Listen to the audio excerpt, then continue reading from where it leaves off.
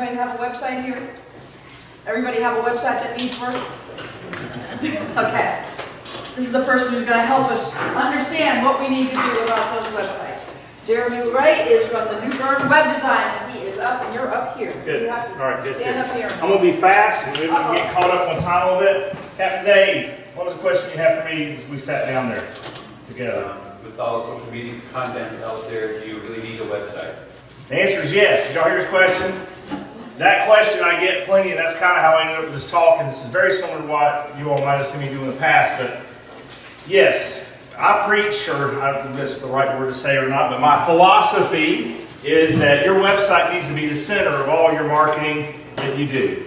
Everything else that we do all needs to tie back into the website as our home base. So yes, we need Facebook, yes, we need Twitter, Instagram, all these other types of things. Email, email marketing, all of that ties back into your website. So keep that, think of that. I actually have a graphic that we don't have to show, but basically think of it almost as a solar system. Your sun in the middle is your website, and everything kind of rotating around that. All the other types of things that you do all kind of pull back in and depend on that website. So that's where you have your total control. We don't know what Facebook's going to do tomorrow.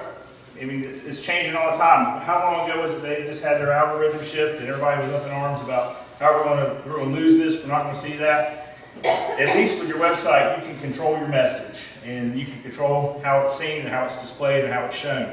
So just keep that in mind. Yes, we need all this other stuff, but we still need that one presence that we control. That's our piece of real estate on the internet that we have control of. So when we're out meeting people, I'll digress a little bit from the website side of things and think about how we think about social media.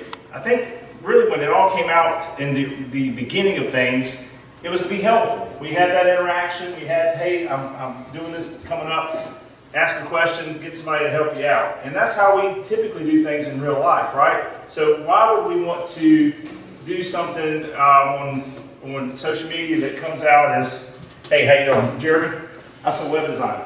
50% off this week. Don't you want to go ahead and buy one today? No good. You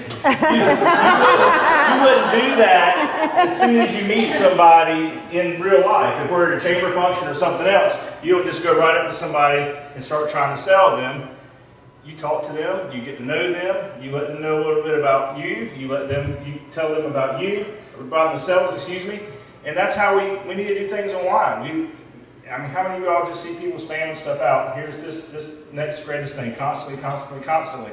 And we get immune to that. So keep that in mind. That's my social side of thinking about websites. But that's really my main thing that I wanted to say. I went back a little bit later to talk about some security stuff. So, all right. Thank you, Jeremy.